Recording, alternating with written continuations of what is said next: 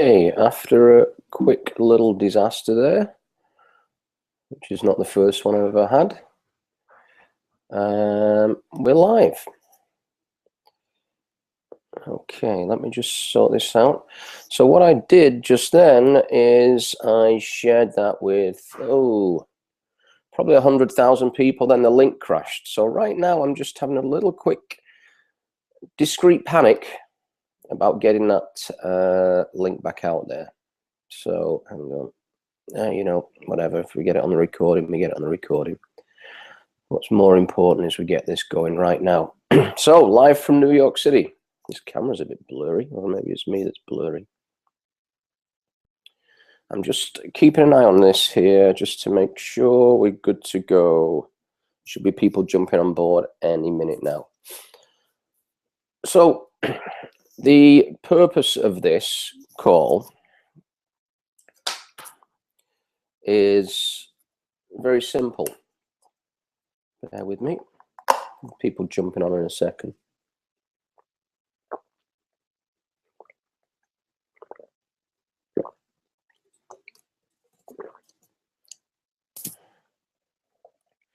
Very simple.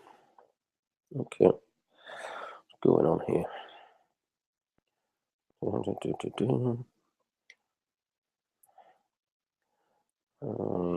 Live. I have these issues now and again. Now, to someone that's not used to running a business, I'm sat here in a hoodie, by the way. It's in that funny time of year where you know, like one day it's 80 degrees and the next day it's 30 degrees. So it's that funny time of year. So what I'm doing right now is I am going to talk about what happened with me, and the reason being is we've a new business we've just launched. I'm not here promoting a business, just let's get that straight away. What I'm here doing is just discussing the basics of business and the realities.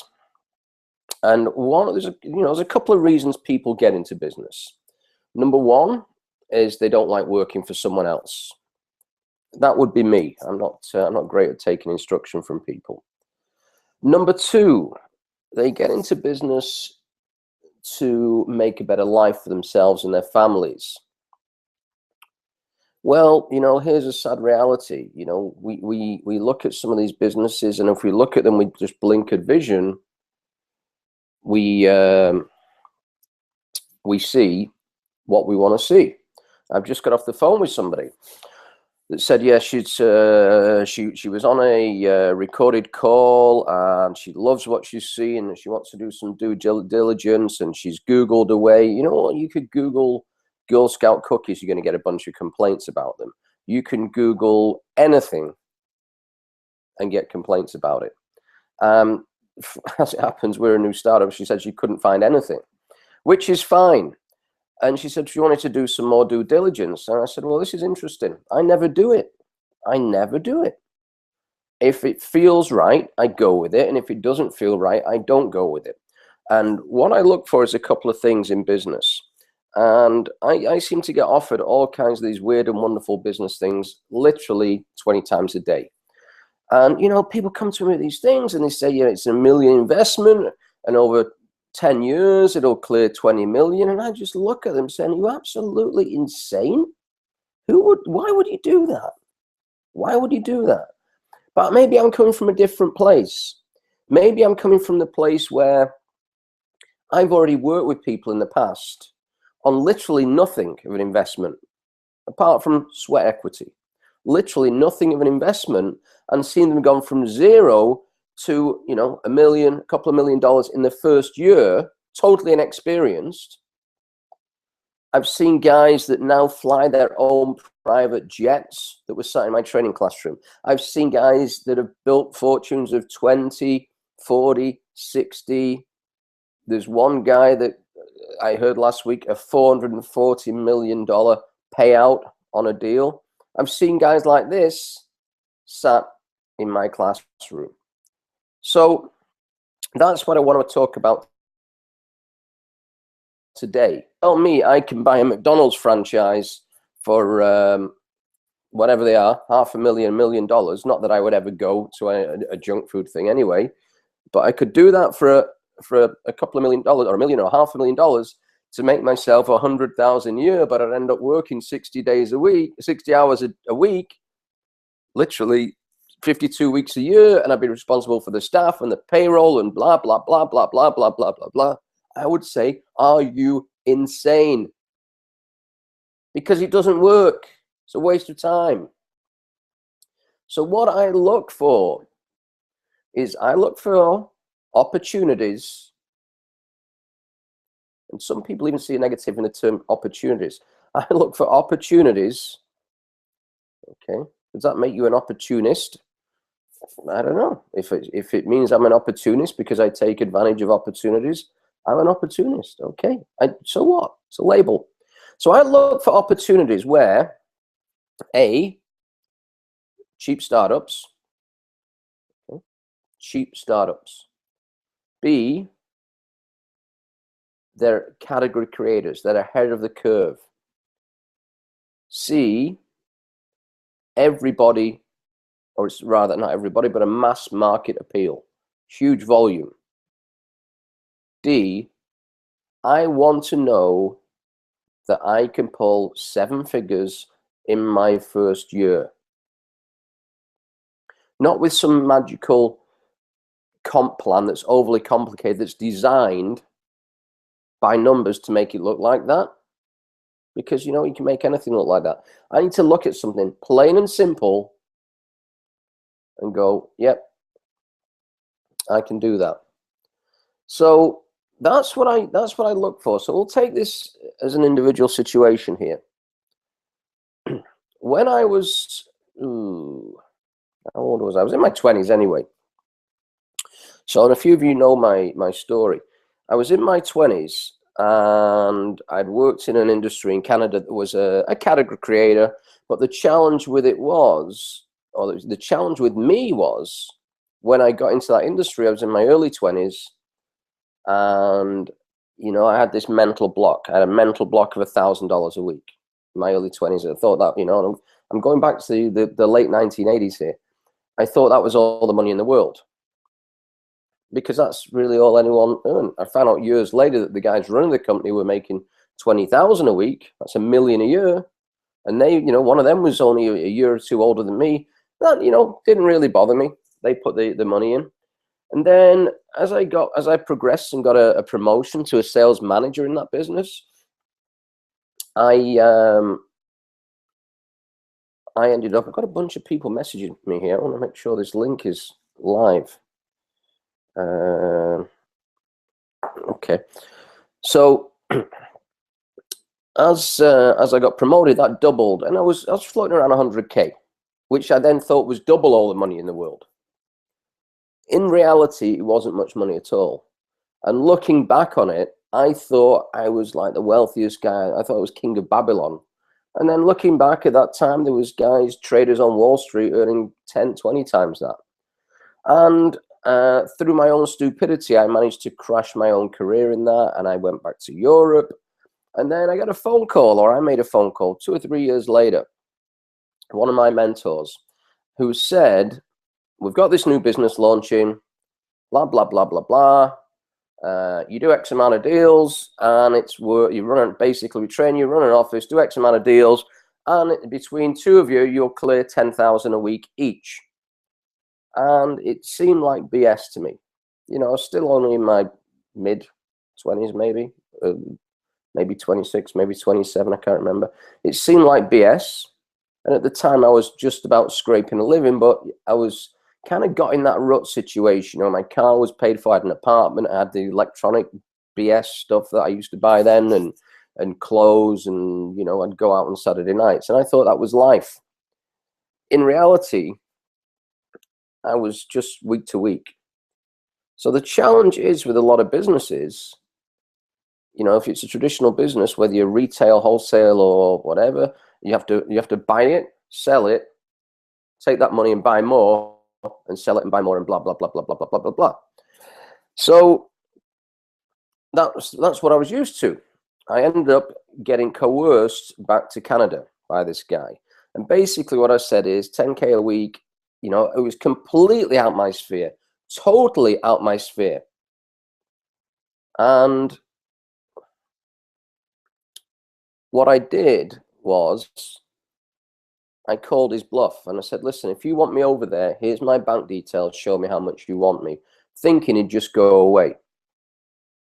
This guy stuck maybe 5,000 in my bank, which at the time I really needed. And I landed in Canada a few days later. And again, the numbers didn't make, it just seemed beyond my comprehension.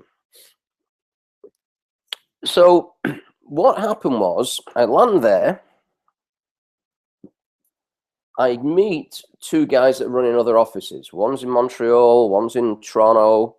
And I asked them, you know, because this guy had said, if you do a couple of thousand deals a week out your office, between two of you, you and who I'm going to put working with you, you'll earn 10,000 each. So I asked these guys, how many deals are you doing a week?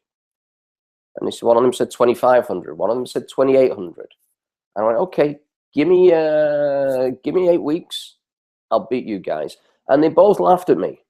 Now, the thing that fires me up more than anything, because I've had it all my life, is someone telling me I can't do anything or I can't do something.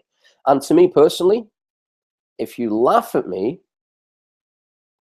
that takes me personally next level.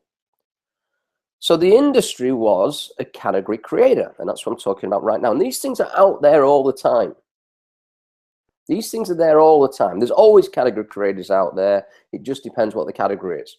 So category creators, the market in Canada just opened up for discounted long distance phone calls.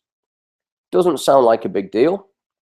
However, when it was the monopoly, when it was one company that controlled everything, you paid what that company said you paid, or you didn't make the calls. So I didn't know the first thing about the long distance market. That didn't bother me. I didn't even know who the phone company was. That didn't bother me. I didn't know anything about the deregulation of utilities, which is now commonplace. That didn't bother me. All I knew was 2,000 deals a week was 10,000 a week in my pocket and 10,000 a week in my business partner's pocket. So when these guys laughed at me, but I knew they were doing the numbers. From zero, from absolutely nothing. On a Monday morning, I went into a sales training class, and I was dressed in a suit and tie, and they sent me out and told me to go and get some shorts and hiking boots and a t-shirt, which I thought was an odd way of doing business, but now that's kind of normal. The flip-flop lifestyle, as we call it. So I go in the training class. To be honest with you, I was bored out my brains. I couldn't wait to get out of there. That night, I go watch a guy called Arnold. And Arnold was one of the managers, one of the trainers out in the field. I go watch him work.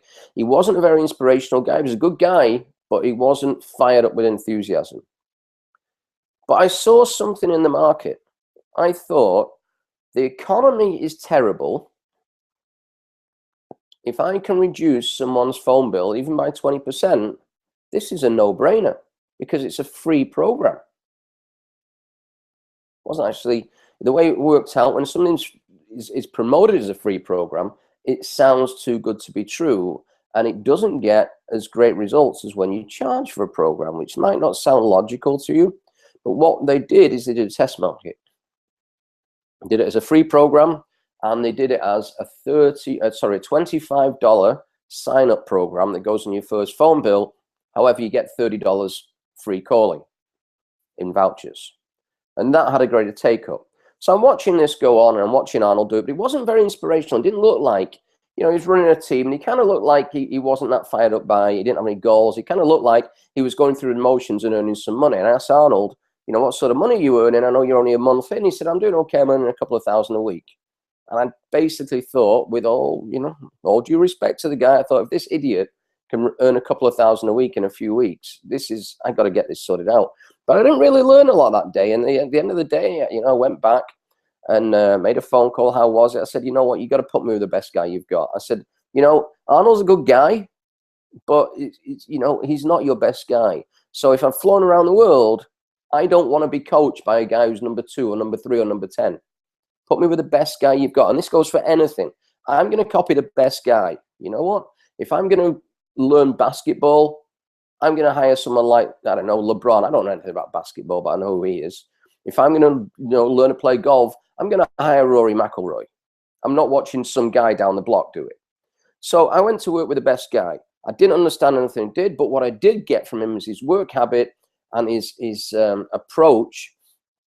I didn't verbally understand anything that was going on. I didn't really understand the program or anything. And next day I went to work on my own, which is tough sometimes. I went to work on my own. I got a customer. I called my mentor back and he said, how did you go on? I said, great. I got a client and he went nuts with me. He said, a guy with your experience should have 10. I said, listen, that's my first day. That's fine. He said, no, you should get 10. I said, no, tomorrow I'll get 2. It took me all day to get 1. Tomorrow I'll get 2. We don't go from 0 to 100 without going past 10, 20, 30, 40. And as we get momentum, it shifts quicker. So the next day I got 2 and he freaked out at me again. You should have had 10, you should have had 10, you should have. I just said, leave me alone. That was I guess that was a Wednesday. So Thursday I got, I guess 4. Friday I got maybe 8. Saturday morning I went out. In 3 or 4 hours, went out at 10. I think I was done by just after 1 o'clock. I got 32. Most people's good week was 20. I got 32 on a Saturday morning. I ran out of paperwork. Just ran out. Didn't expect to get that. I just got on a roll. I got momentum. In my mind was, there's a market. Everyone wants it. Everyone needs it. So when I approached clients, and this was door to door back then, when I approached clients, and they would actually say, they'd get that vibration off me, they get that feeling off me, and they'd actually say, do we have to do this? And I'd say, no, you don't have to do this. Just because everyone else has done it, you don't have to. You can pay more. I don't want to pay more. Okay, go grab the bill. Fine, easy. And that momentum and that enthusiasm becomes infectious. 32. Monday I go into the office, speak with my mentor again. Tim is his name. Might as well use it now. Tim. And I said to Tim, right, you know what? I'm in Toronto here. You've already got stuff going on. I need to make some serious money. I need an office. And, put me somewhere I'm not going to enjoy myself. Put me somewhere no distractions. I'll just get on with it. There's no point in me building a team here, then having to start all over again. And he said, I've got some bad news for you. The guy that was supposed to join you, that was going to do the recruiting side of your business, he's gone working for the competition for a fixed salary. So I don't have anyone to work with you. And I went, fine, I'll do it on my own. It's okay. He said, you can't do it on your own. Listen, I can do it on my own. Just because someone else can't doesn't mean that I can't.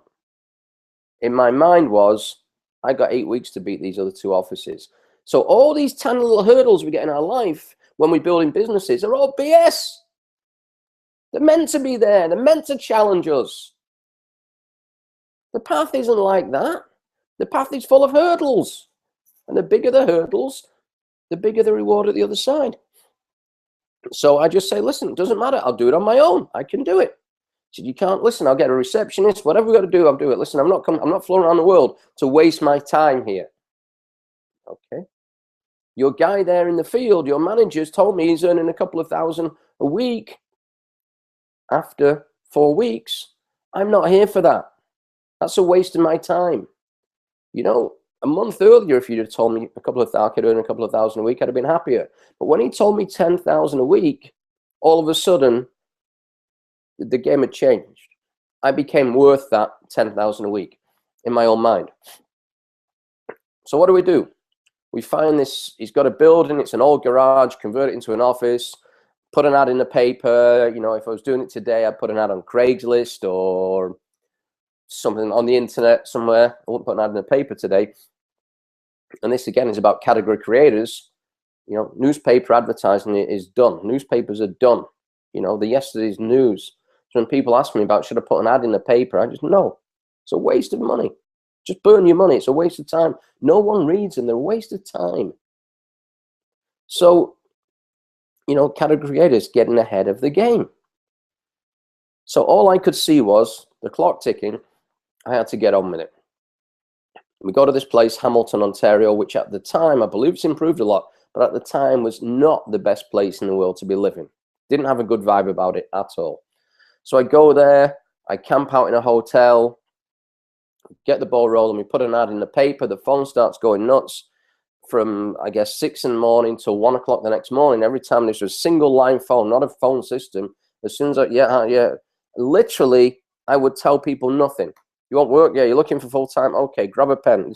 Got interviews tomorrow. You can come in at 12, you can come in at 4, you can come in at 8. Which is best for you?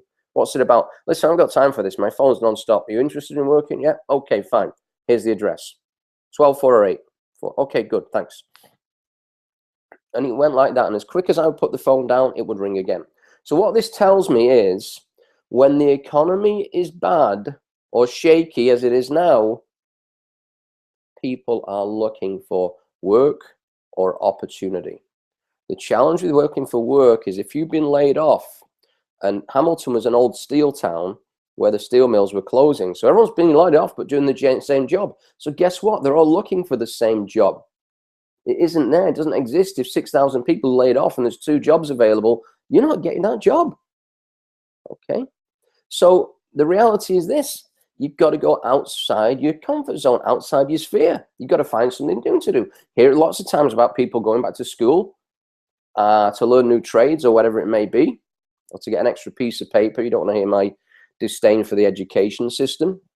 But the phone never stopped, and it was guys with no experience, which was fine because I had no experience in that industry at all. So what I did is I booked a bunch of people in. The phone was just going insane. The phone was going nuts just about calling for the ad in the paper. The first bunch of people that were queuing up to sign in to get interviewed, so I'd do a group interview, and then I'd interview one-on-one. So I'd basically sit people down in front of a board, and I'd explain what it is we do, what the job entails, how it pays. If it's not for you, please leave. And those who are left, I'd do very fast interviews. I didn't have to explain everything one-on-one. It's just a technique I learned by watching somebody else. But in that first queue, the phone was going nuts. I was literally like running around with like the headless chicken. And what I did was I just shouted out, has anyone here had an experience answering a phone? One girl just stuck her hand up. She was assertive. I have. Okay, your receptionist, sit there, answer the phone. Just, you know what? Just book them in for tomorrow. 12, 4 and 8. We'll talk about the money later on. I don't know what it is. However, whatever the average is, it'll be more than that. Okay? And if you don't like it and it's not for you, we'll still get paid for the day. You okay with that? And her name was Trish, and she stayed with me for a long time.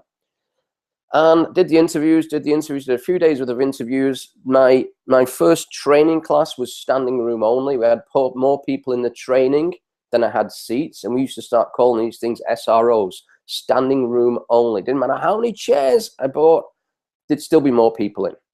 So the first training class I did, it was a day and a half. I lost maybe 20% of the people after the first day because they probably went home and spoke to their spouses because it was a commission-only position. They probably spoke to their spouses or their friends or their family and got told, oh, I wouldn't do that. It's too risky. So when you're getting advice from people, when you're asking for advice, if that person is Sir Richard Branson and you ask for his advice on something, you know what, personally, I'd follow it. If it's some guy that works in a factory, nothing against them, or some guy that works on a regular job and you're asking him for life-changing career advice, no.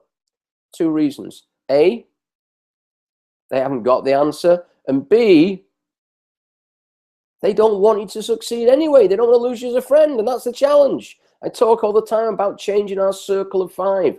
So the quote by Jim Rohn, which I live and breathe this, is we are the average of the 5 people we spend the most time with. And if you're sat where you are in life, the quickest way out of it is to dump some of that 5 and get some 5 that are above there to raise your own average. So be careful of who you get the advice from. So I hire a bunch of people. I've got no help. So I have to hire them. I have to train them on something I've literally got a week's training in and don't even know it. I've got a pad with some notes on. And from that, the next day, they want to know who's going to train them in the field. And I said, well, I've got the best guy in the company coming in. He's going to take all you guys out. And I said, well, there's 40 of us. Yeah, he's going to take all you guys out and he's going to train you all. Okay. So the next day, done about an hour or two, which is just a refresher on the first day, I said, I'll go get him. I went to my office like Superman. I changed from the recruiting training clothing in front of the class back to the polo shirt, the hiking boots and the shorts. I said, okay, we're going. And they said, well, where's the trainer? I said, it's me. I thought he was the best guy in the company. I said, well, I'm the one that holds the record. Or do you want me to get someone else to train you? You hold the record? Yeah, I hold the record. Sometimes we see people in the front of the classroom, or sometimes we see a manager in a position, or sometimes we see someone in a business owner, and you hear it a lot when people say, I've got a boss that doesn't know what he's doing and doesn't know how to do my job. You know what? He probably does. It might not be you that knows how to do your job, and he's trying to help you, or she's trying to help you. So I went through this. I had 44 people. Fortunately, they all had vehicles. I didn't have one. And we literally drove to a street. I had no idea where we were going. We just found this door, found this house. I said, just get on the grass there. I'm going to show you how this is done. And it was, I think it was around about September in Canada. So, it's still quite nice. And I knock on this door. This woman looked on the door like she'd been, I don't know what's it called, crowd mobbed? Like it's going to be swarmed. There's people all over the garden. All over the steps, all over. Oh, hi, I'm Tony. I'm from blah, blah, blah, blah, blah. This is my training class. It's an odd job I have. I have to mass train people, blah, blah, blah, blah, blah. Say hello, guys. And they all just went, hello, in sync. And she started laughing, which is a little secret because if you get that mastery where you can help people laugh, life just gets so much easier and so much more fun. So I do all this. I write the deal up. It was, it's no-brainer stuff. This 20% off your phone bill. I'm waiting for them to say what's the catch. Well, the catch is it's $25 on your first bill. Pause. I'm waiting for it to go. However, we're giving you $30 worth of vouchers to use against it straight away. That makes sense? Yeah. Okay. Go grab your bill. And that was it. Grab the bill. Take the. Just okay it there. Done. Thank you. Next.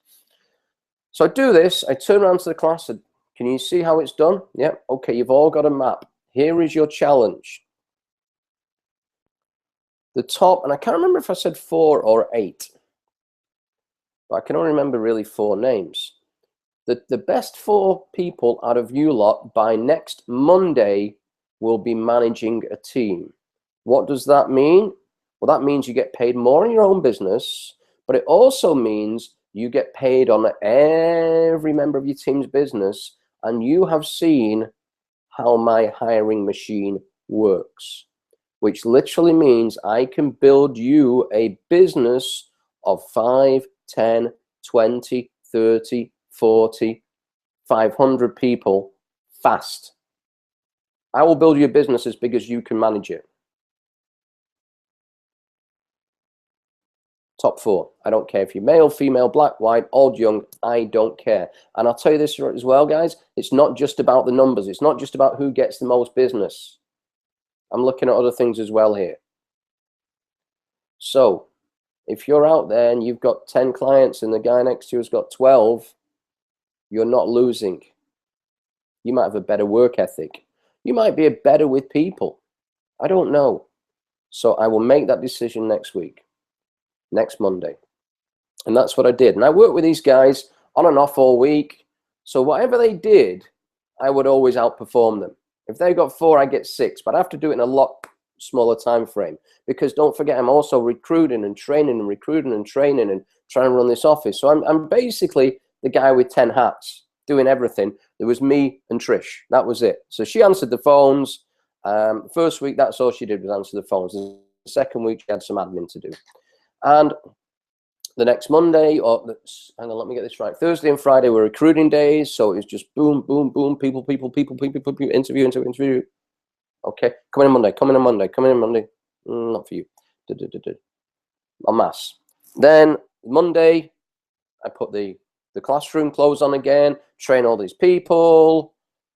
On Monday, we had a meeting with my existing people, looked at the week. I said, okay, and I'm just trying to think who it was. There's one guy called Bruce, there was a girl called Nadine, there was a guy called Mark, and there was one other guy, and I should know him, and I feel really bad because I've named him the other three, but I can't think which guy it was. I can't remember. And basically, I said, okay, you live up there, and you live there, and you live in this town, you live in that town. And what that means is I can build you guys teams in your own by putting ads in those papers, towns, and they'll come here for interviews. And said, well, they won't come all this way for an interview. And you know what? You did. That's just a creation in your own mind. You did. So will they. Build it and they will come. So I did this. That Tuesday, the next day, I gave them about, I don't know, 5, 6, 7, 8, 10 people each. These guys had absolutely no clue about training. They're a week into the job, and all of a sudden, boom, responsibility. But I also stood up on the Monday and said, 4 people moved up now. I need another 4 by next Monday. Because what I know is if you're being led by someone inexperienced, the chances are you will either lose faith faster or think they're an idiot because they don't know what they're doing, which is how we learn, or just that person, I may have made the wrong decision, that person's not good for it. Next Monday, same thing. Next Monday, same thing. Within about, I want to say about 3 or 4 weeks, it got to a well-oiled machine. It got to a well-oiled machine. About 6 weeks in, because of the volume of traffic and all the rest of the stuff going in, I might be getting my timeline slightly off here. I got told we had to leave the building. Maybe I could have handled it a little bit different with the landlord, because when they said the previous guy here wasn't this busy, I said, yeah, that's why he lost his job. I thought that was the good answer. So we had to leave the building. The 8th week, I worked 138 hours. I'm pretty sure I slept in the office 5 days out of 7. Okay. Did I have a shower every day? No, I didn't have a shower every day. You know what? So sue me. Okay. I didn't. It didn't matter. Did I eat properly that week? No. I was focused on something. I was focused very specifically on those guys that laughed at me. So even though everything had gone wrong, even though the guy I was supposed to work with never showed up, even though I hadn't got a clue what I was doing, even though I've been asked, you've got to move them office and you've got to get out of there, didn't matter. One thing, I had to beat everyone. So my first week, I went out and got, the first day, I went out and got 1 client. He paid $20 a client. Because of the pay cycle then, that was my entire first week's money, $20. On my 8th week,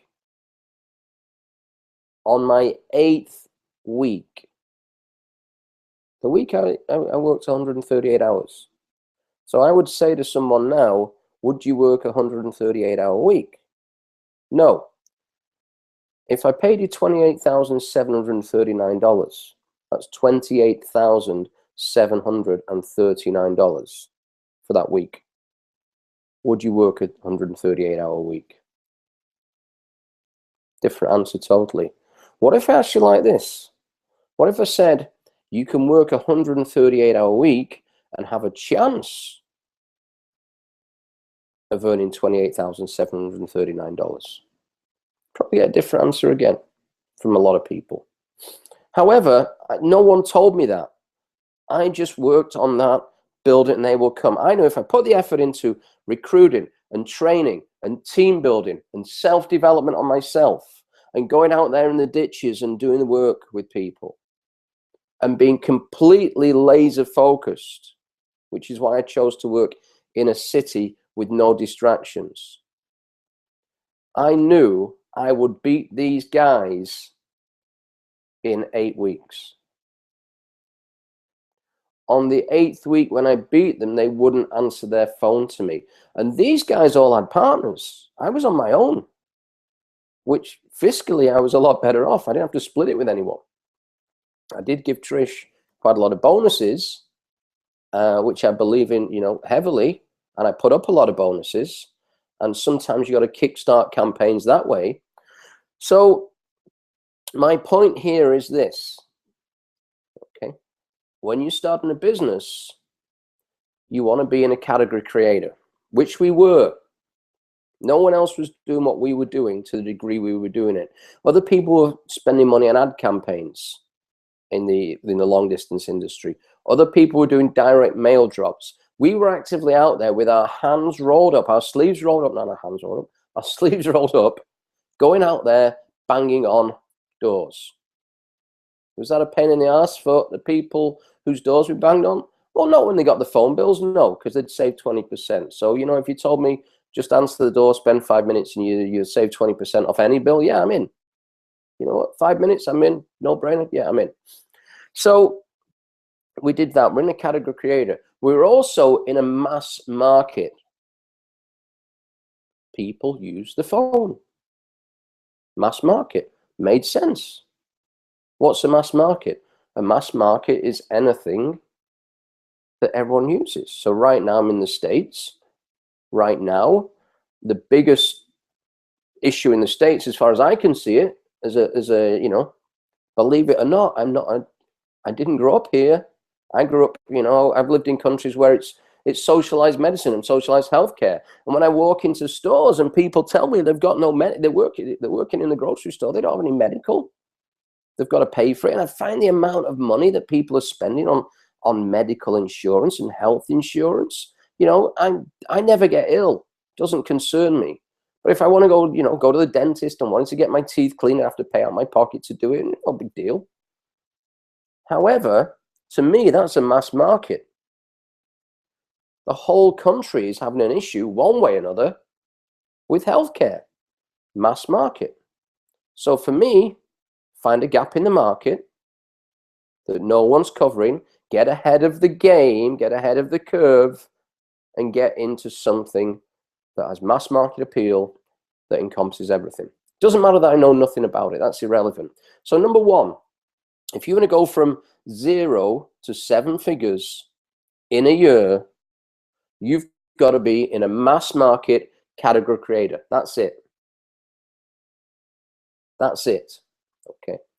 So that's what I look for. Now, to go to the next level there, we have various blocks in our mind. So we have to just get rid of them and focus on the important things. The important thing is development, growth. I cannot go out there and put in 138 hours every week. If I get a partner, we could split that. We could work, I wish I picked an easier thing. We could work 69 hours a week each. If I got 3 partners, so there's 4 of us, we could then work 34.5 hours each a week. Okay, that's more reasonable, that's more like it. But I don't have to stop at 4 partners. What if I get 10 partners and we all have that 34.5 hour a week work ethic? Well, that way I'm actually creating 345 hours a week. So what if I build a team of 100? That way we're at how much a week? Do the math. 3,400 hours of work per week. Now, granted, those partners are going to want to earn the lion's share. However, for me to build a business and for you to build a business, number one, give the people doing the work the lion's share. Building something that incentivizes your partners to, building something financially that incentivizes your partners to have an active income from their team they're building. So if you go out like I did, hypothetically, in any business, doesn't matter what it is, okay, and you go out in your first week and you say to 20 people you hire, okay, whichever are the best 4 of you guys, your trainers, managers, give you whatever title you want, leaders next week. That's all well and good, and some people will work for titles, not me, but some people will work for titles. But with that title, you've got to ensure they're incentivized. So to go to the next level, you also need to be able to coach them to do what you can do. Because all of a sudden, if I recruit 1,000 people this week and everyone wants 2 minutes of my time, that time doesn't exist because I'm already working with everyone else. So delegate, don't micromanage. You manage, you coach till someone has got it to a certain degree. They don't have to be as good as you, and they never will be till you let them go, and then you're there on the end of a phone in case they need you. So consequently, all of a sudden you've got guys where, you know, I'm not going to name names here. I'm thinking of certain guys. There's one guy that was executive vice president of an energy company that started, when he came in for his interview, you wouldn't have even hired this guy. School dropout, looked like he'd slept in a skip. It looked like he'd fallen asleep in a dumpster. I got told the other day, I think he pulled about 4.5 million last year. I know he's sat on over 20 million. From zero. From zero. Okay. There's another guy that, you know, again, flies his own Citation private jet. He's his own pilot. It's his own jet.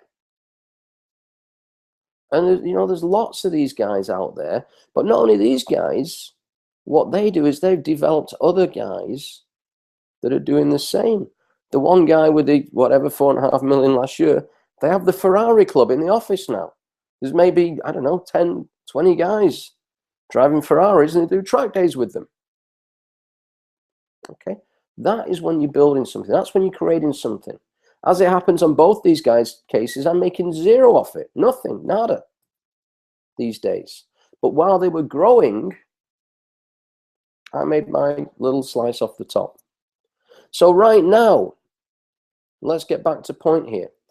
And I'm going to do another video on this the next day or two. I'm going to do some live ones with people. There's a couple of categories you have to address in yourself. Number one,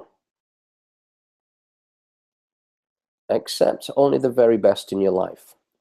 So, you know, I saw something yesterday and it was talking about high-paying jobs, not stressful. And I'm looking at the figures they're quoting, and it's like 70,000 a year, 100,000. I think the biggest one was 130,000 a year income. Well, you know what? If you're working as a job, take your taxes out of that. It's not much. So you can't live to the best, to focus on getting the best of everything. You cannot do that on 100,000 a year. I've got news for you. You cannot. If you want to go and rent Necker Island off Richard Branson, that's going to probably cover you for 2 nights. So you cannot live to that level on that sort of thing. We're talking specifically 7 figures. And if you can't get your head around that, what I suggest you do is start looking and reading different magazines and start associating and hanging out with different people. Because you are never, ever, ever, ever, ever going to achieve that if some of that circle of 5, the 5 people you're spending the most time with, whether that's face-to-face, whether that's over the phone, whether that's on Skype, whether that's sometimes it's even just typing on Messenger and things like that because you're on the other side of the world and it's cost effective. Unless some of those people are 5-figure earners in your inner circle, you're not going to get there. Yeah, but those people won't talk to me. Sure they will. They're the people that want to help you. Those are the people that genuinely want to help you, because very often they've got that story themselves. And one of the key things I've found about people in these categories, they're very keen on give back, whether that is time or money for charities or helping their communities or anything like that. These are the key people that do the most of it. So you just got to get some of those guys. You just got to get some of those guys in that inner circle of 5. You just have to, because you won't be able to raise your own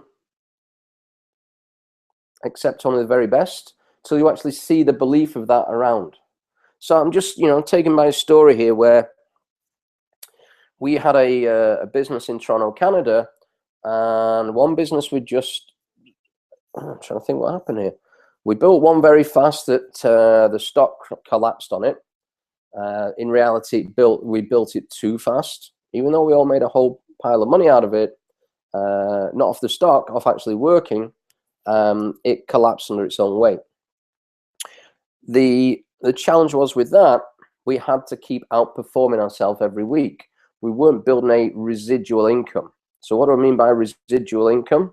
The residual income is I'm paid this month for what I did last month and the month before and the month before, and I'm going to be paid the rest of my life on that stuff.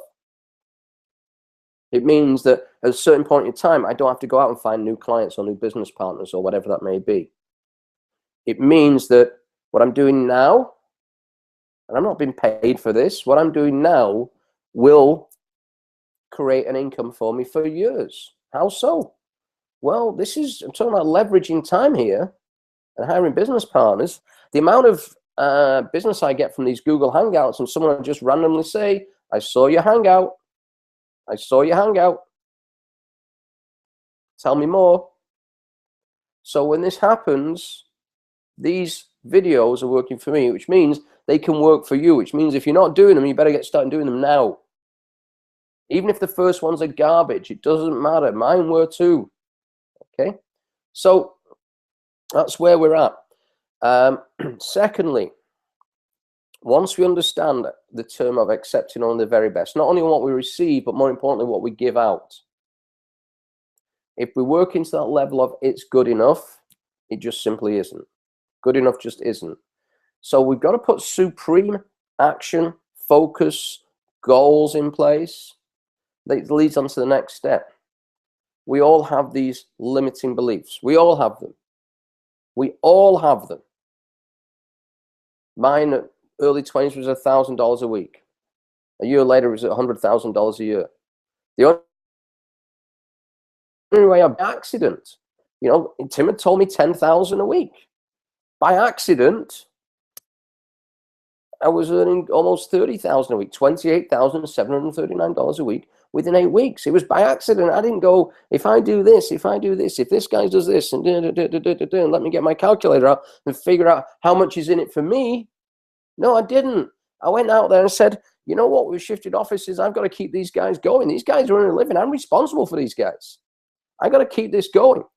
The fact that we've got nowhere to work from doesn't matter. While they're out working, I'll get this. We'll keep this going. We'll make it work. I did it today on this video. Everything went crashing. There's invites went out to about 100,000 people. And as soon as I hit go, the whole thing crashed. So I just had to scramble and get an invite out to 50 people. Nothing else I could do. Okay. But I said, I'm going to be on a call at a certain time. So I'm on a call at a certain time. I didn't have time to prep anything, get ready, but I said I'm going to be on that call. I was 10 minutes late, but oh. And this is what we have to do for our teams, no matter what your business is. You got to be there. If you're in McDonald's and the toilets are blocked at 6 in the morning, your cleaner's not showed up, I've got news for you. You're going to have to roll your sleeves up and do the dirty. Okay. Got to be done. No excuses. So step 2, raise our limiting beliefs. I'm going to do a whole video on this. I've done it before, but this one really needs to be a participant. Next one, you really need to have a VIP panel on it, because I'm actually going to run some people through a life-changing exercise. Guys that have done this with me before have said it's the best training they've ever had in their life. One of the guys said the hairs on the back of his neck was stood up while I was doing a live training with him. So raising our limiting beliefs is a whole different thing.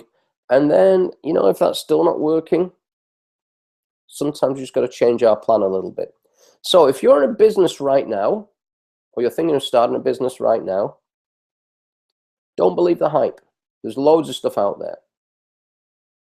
You're going to get, as soon as word is out, you're looking for something, you're going to get spammed to death. Links and all kinds of people I haven't got a clue what they're doing. So here's a couple of things I would say to you is choose your mentor wisely. Make sure you're aligned with them. What do I mean by that? I stay away from politics and religion and all that nonsense. Okay. So it's not good if you're building a business. Okay. Align means, listen, I don't align with everyone. Not everyone gets my my sense of humor, which at times is a little close to the edge, and I'm aware of that. But I'm not changing myself to appease everyone else. I'm pretty sure it was Bill Cosby that says, I don't know the rules for success, but I know the rule for failure is trying to please everyone. So we're not trying to please everyone here. You're trying to find someone that you actually get on with. You're trying to find someone, a mentor or people in that circle of 5 you actually like, not just because they're a billionaire. You know, I probably couldn't work with Warren Buffett because to me, he's a bit white picket fence. The fact that he's made all that money is fine. I probably couldn't work with Bill Gates. To me, he's a bit straight-laced for me. But I would take advice from them. Could I work with Sir Richard Branson? Yeah, any guy that goes windsurfing in the morning and works out of his bathtub with flip-flops on his feet, yeah, that's the sort of guy I can work with. So you got to decide what's right for you. When you find that mentor, don't second guess them. So I tend not to second guess people that are doing better than me or that know an industry better than me. However, at a certain point, I will raise questions in terms of when I've got it down and it's all working, I will implement what I know from my previous careers into it for feedback. So get together with the right people. The final thing I want to speak about here, and it's just very poignant because it happened today. And again, as I say, I'm not promoting a business on here. However, what I would say is there's a guy that worked in our team when he was 19 years old in Manchester, in England. We were in a category creator in a mass market. We were the first people in Europe to be involved in energy deregulation. I was the first guy in the continent of Europe to get a deregulated energy client. I got a whole bunch of them. We actually got the market going before the market was going. We were 6 months ahead of the game. Before it was even open, we were already there getting clients. Even though everyone, industry giants said it's impossible, it won't work here. The biggest companies in the world told us we were idiots for even attempting it. 6 months later, they wanted to buy our customer base. So I just don't listen. I go by what feels right. Category creator, we were ahead of the market. We weren't waiting like everyone else. Let's wait and see what happens. Let's wait until payday.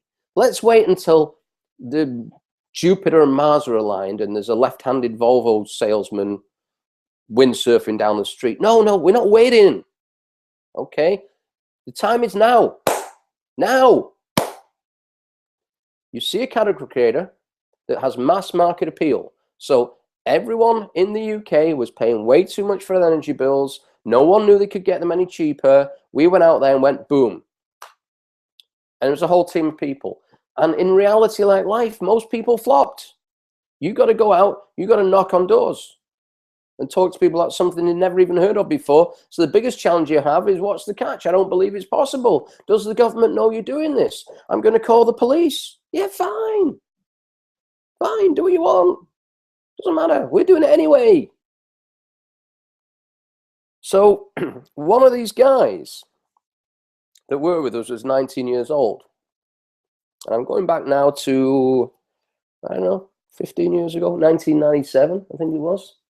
Somewhere around there. And one of these guys, about 2 months ago, 3 months ago, messaged me. We'd connected on Facebook a few years ago, you know, chat now and again, but never about business. And he messaged me and said, what are you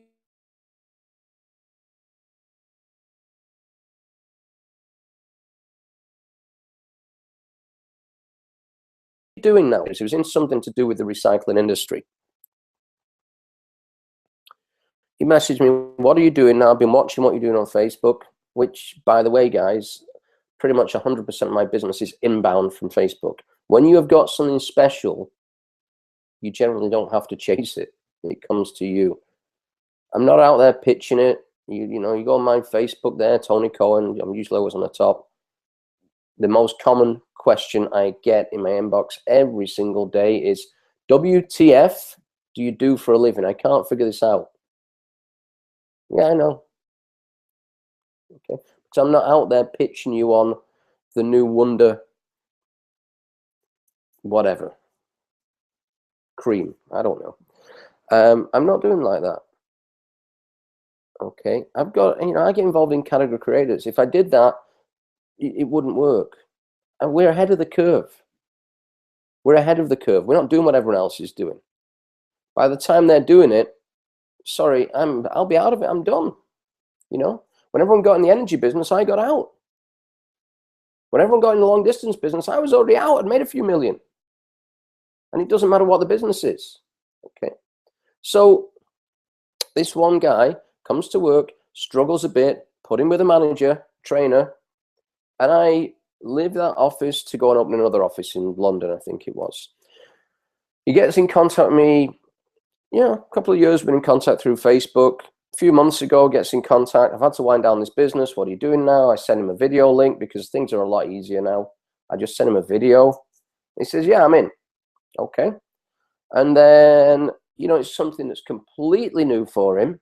He's trying to learn it, so I'm working with him close every day. And then as we built that business and he's building his, we open another business, completely separate, that runs parallel. So 10 minutes before I did this video, and this new business only been going 2 weeks, 10 minutes before I did this video, and bear in mind there's loads of people trying to get the ball rolling with this. We've got no role model as far as start to finish.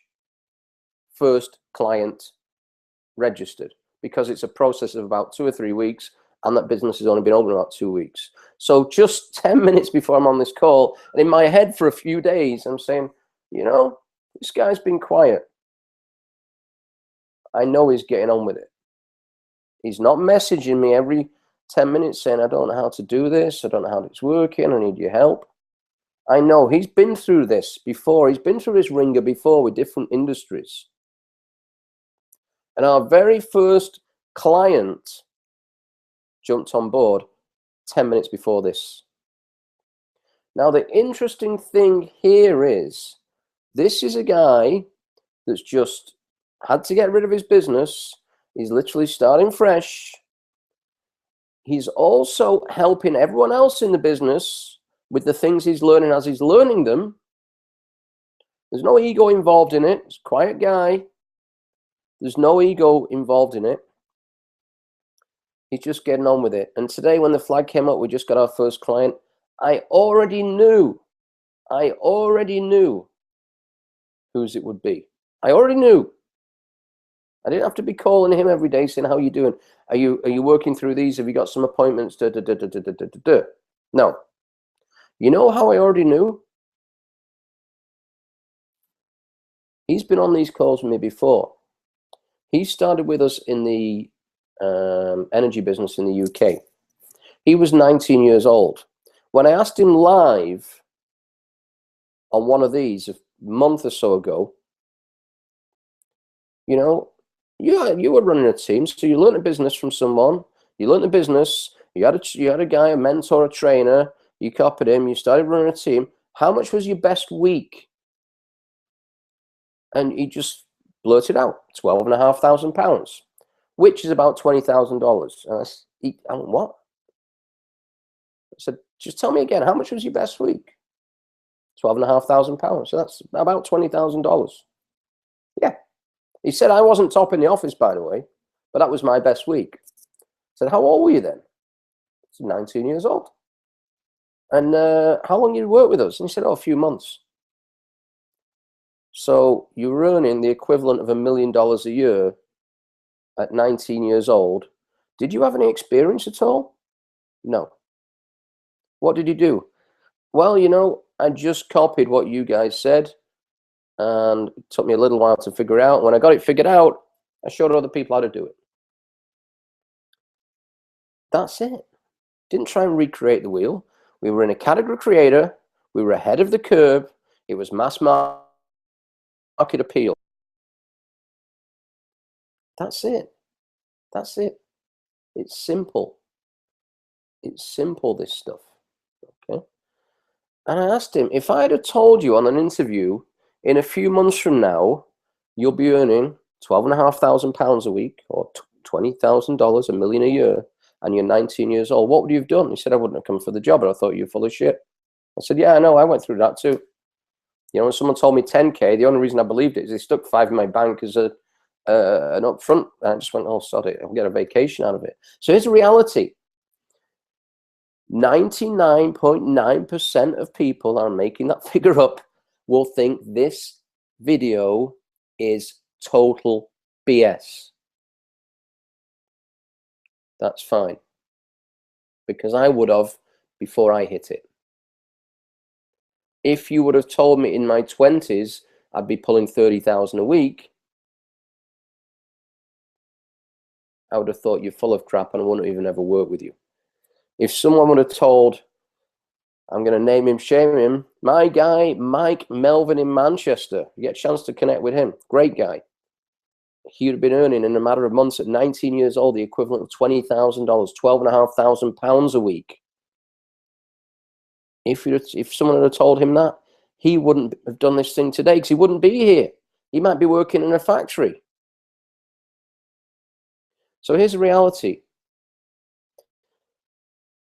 If you want to go from 0 to 1, 2 million a year, A, got to get in something in mass market. B, got to get in a category creator, get in it before everyone else. C, you got to have millionaire mentors. You just got to have them. Okay, they're the only guys that are going to help you get there. Why? Because they've been through all the crap that you've been through and done the leg work. Don't try and figure out on your own. Okay. And D, watch and share this as often as you want, guys. So live from New York City on a real hodgepodge, last minute, thrown together hangout, because I'm not the IT guy, I'm the IT idiot. Have yourself a wonderful day from the real Tony Cohen right here in New York City, checking out. Thanks for your time, guys. Thanks for watching. Really, really appreciate it. I don't even know how to turn this thing off now. There we go. Have a great one, guys. See you on the other side. Bye-bye.